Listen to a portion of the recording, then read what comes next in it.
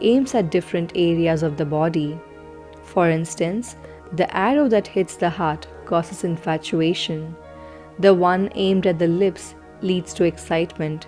The one directed at the mind causes maddening love. The one that focuses on the eyes causes hallucination.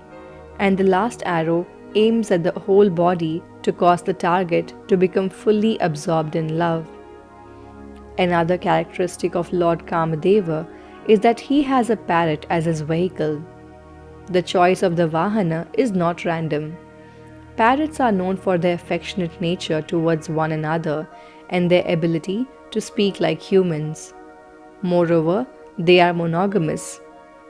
All these qualities make them a perfect companion for the god of love, as parrots are wise when it comes to the matters of the heart.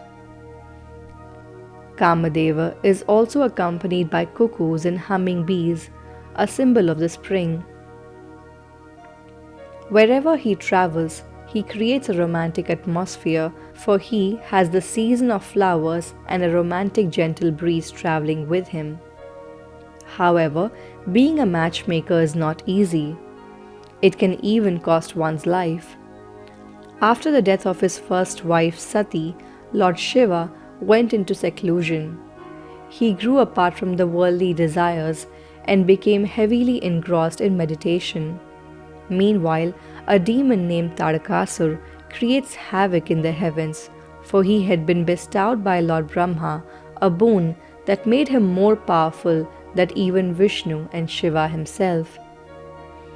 He had received a boon from Brahma that he could not be defeated by any other god except the child of Shiva, who was yet not born. So all the Devas came together to break Shiva's meditation and get him a suitable mate, Parvati. Parvati, an incarnation of Sati, was trying hard to grab Shiva's attention, but to no avail, as her beloved was in deep meditation. Who could be better at matchmaking than Kamadeva? So the king of the Devas, Indra, summons him and assigns him this dangerous mission that invites Shiva's wrath.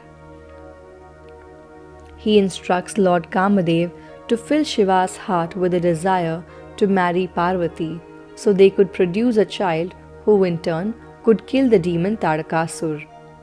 Armed with all his necessary love weapons and his wife Rati, Kamadev sets on the journey to Shiva's abode to fulfill this divine task. He escapes Shiva's guard Nandi by taking the form of the fragrant southern breeze and enters Shiva's abode. On entering Shiva's meditation place, he creates an untimely spring with the chirping of birds and the blossoming of flowers. Finding the right moment, Kamadeva shoots his arrow at Shiva and thus breaks his meditation. Shiva soon becomes distracted by Parvati, but is also surprised at the sudden change in his behavior. He immediately realizes who is the culprit behind the entire episode. Furious, he confronts Kamadeva and immediately reduces him to ashes with his third eye. Seeing her husband incinerated, Rati becomes inconsolable as the man behind all pleasures and happiness, not just in her life but all over the world, is no more. Seeing her plight, Shiva resurrects Kamadev. However, he is now in a bodiless form.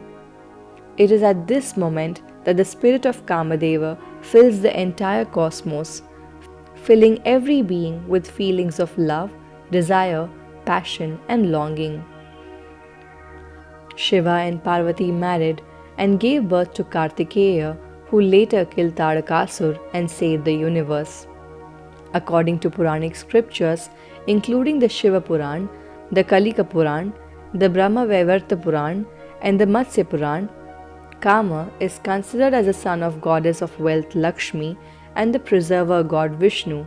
This is during their incarnation in the world as Krishna and Rukmini, when Kama was born as their son Pradyumna. There are a few other stories associated with the works of Kama with respect to other gods. In another story, once Kamadev tried to cast a spell on Lord Krishna too. Kamadev placed a bet that Krishna will be attracted towards the gopis, who were even more sensuous and beautiful than Apsaras. Krishna accepted the bet and started performing ras amongst the gopis. Yet, he remained untouched by lust, which is how Kama understood that Krishna was none other than Vishnu himself.